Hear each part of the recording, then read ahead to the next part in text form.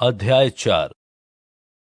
इसलिए जब हम पर ऐसी दया हुई कि हमें ये सेवा मिली, तो हम हियाव नहीं छोड़ते, परंतु हमने लज्जा के गुप्त कामों को त्याग दिया और न चतुराई से चलते और न परमेश्वर के वचन में मिलावट करते हैं, परंतु सत्य को प्रकट करके परमेश्वर के सामने हरेक मनुष्य के विवेक में अपनी भलाई बैठाते हैं। परंतु यदि हमारे सुसमाचार पर पर्दा पड़ा है, तो वो नाश होने वालों ही के लिए पड़ा है और उन अविश्वासियों के लिए जिनकी बुद्धि को इस संसार के ईश्वर ने अंधी कर दी है, ताकि मसीह जो परमेश्वर का प्रतिरूप है, उसके तेजोमय सुसमाचार का प्रकाश उन पर न चमके।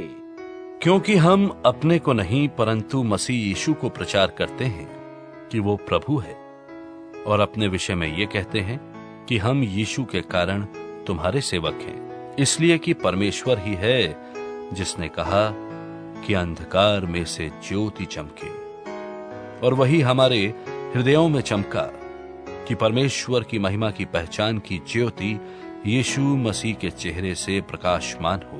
परंतु हमारे पास यह धन मिट्टी के बर्तनों में रखा है कि यह असीम सामर्थ हमारी ओर से नहीं वरन परमेश्वर की ओर से ठहरे। हम चारों ओर से क्लेश तो भोगते हैं पर संकट में नहीं पड़ते, निरुपाय तो हैं पर निराश नहीं होते, सताए तो जाते हैं पर त्यागे नहीं जाते, गिराए तो जाते हैं पर नाश नहीं होते। हम यीशु की मृत्यु को अपनी देह में हर समय लिए फिरते हैं कि यीशु का जीवन भी हमारी देह में प्रकट हो।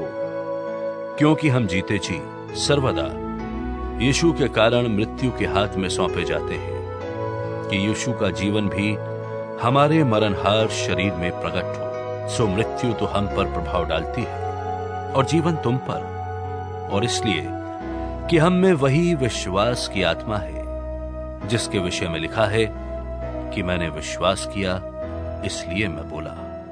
सो हम भी विश्वास करते हैं इसीलिए बोलते हैं, क्योंकि हम जानते हैं कि जिसने प्रभु यीशु को जिलाया वही हमें भी यीशु में भागी जानकर जिलाएगा और तुम्हारे साथ अपने सामने उपस्थित करेगा। क्योंकि सब वस्तुएं तुम्हारे लिए हैं, ताकि अनुग्रह बहुतों के द्वारा अधिक होकर परमेश्वर की महिमा के लिए धन्यवाद भी बढ़ाए।